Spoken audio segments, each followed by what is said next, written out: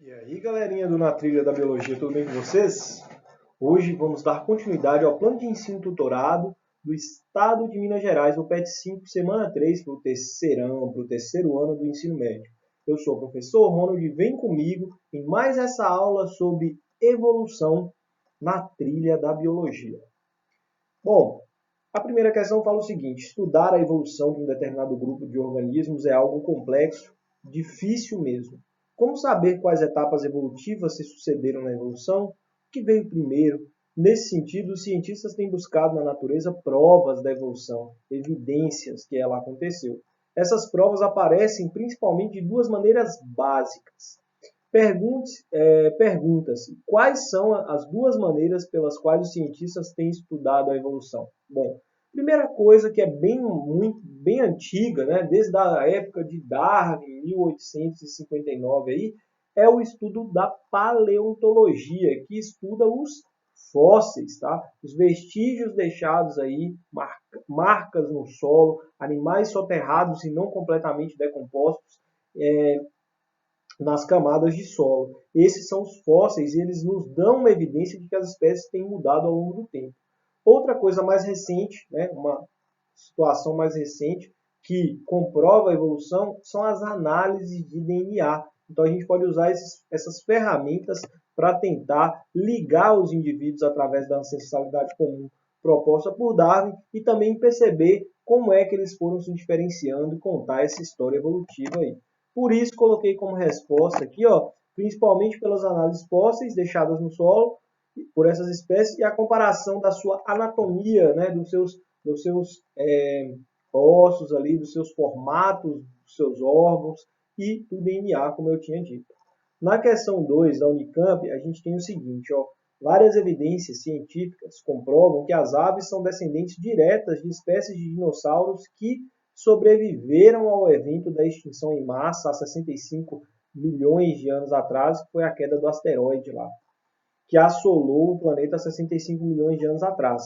O achado mais recente é um dinossauro emplumado chamado Epidexipterix rui. Foi apresentado na revista Nature. Alguns dinossauros menores adquiriram capacidade de voar e foram eles, provavelmente, que sobreviveram ao cataclismo e deram origem às aves modernas. Olha só o texto adaptado aí das curiosidades e maravilhas científicas do mundo em que vivemos, texto de 2008.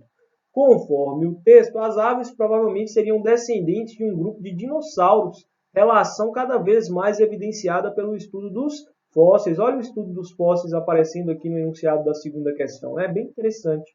Contudo, as aves modernas diferem dos répteis quanto ao sistema respiratório, diferença essa que pode ser considerada uma adaptação ao voo. Que diferença é essa no sistema respiratório? Como ela está relacionada ao voo? Bom, vamos pensar, para voar, a gente tem que ser leve. E aí, se você analisar a anatomia, né, dos órgãos respiratórios aí dos répteis e das aves, você vai encontrar uma diferença. Nas aves, ligados ao pulmão, existem sacos aéreos, sacos, bolsas internas que se enchem de ar, aumentando aí a leveza, né, diminuindo aí a densidade desse animal e permitindo o voo. Isso não existe nos répteis, que são animais naturalmente aí terrestres e não vão apresentar esses sacos aéreos. Então, coloquei aqui para vocês, ó, as aves apresentam ligados aos seus pulmões um conjunto de bolsas que pode se encher de ar, denominados sacos aéreos, tornando-as mais leves e facilitando aí o voo. Você pode colocar isso como resposta da letra A. A capacidade de voar ocorre não só em aves, mas também em mamíferos, por exemplo aí como os morcegos, e também em outros grupos como os insetos. Os pesquisadores explicam que as asas podem ser órgãos homólogos, ou seja, terem semelhanças internas, tá? Na ossificação, no desenvolvimento dos ossos aí. E em alguns casos. Em outros, serão órgãos análogos, são semelhantes apenas por fora, por exercerem a mesma função. Tá? Indique em quais dos animais citados as asas são órgãos homólogos e em quais são órgãos análogos. As homologias indicam parentesco próximo entre os indivíduos, ancestralidade comum. Homologia, semelhança interna. Então, se eu tirar um raio-x da asa do morcego, da asa do inseto e da asa da ave, a gente vai ver que a ave e o morcego compartilham mais ou menos os mesmos ossos ali na asa.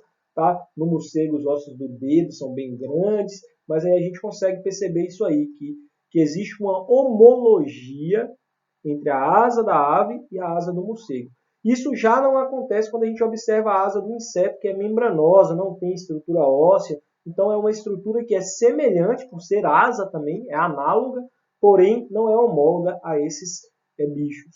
Tá? A esses animais. Então, colocar aqui, ó, são órgãos homólogos as asas de morcegos e aves, comparando as duas. Já essas, né, são análogas às dos insetos.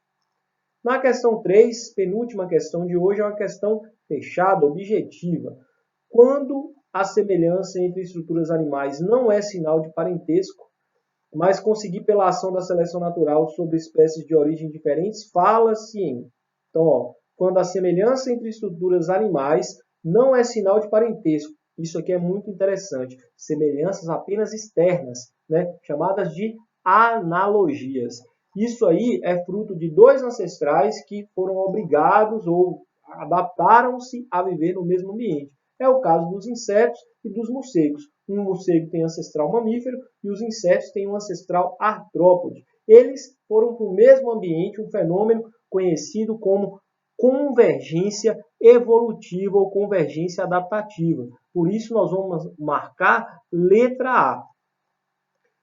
Na questão 4, última questão aí de hoje, ó, nós temos a figura a seguir mostra o desenvolvimento embrionário de diferentes vertebrados. Então, todos são vertebrados, né? Peixe, anfíbio, réptil, ave, mamífero. Ou seja, existe um parentesco entre eles. E a gente consegue perceber aqui também que há uma semelhança muito grande nos embriões em estágio mais recente de todos os bichinhos, tanto que não dá nem para diferenciar um do outro aqui no início, e mais para o final a gente consegue fazer essa diferenciação, né?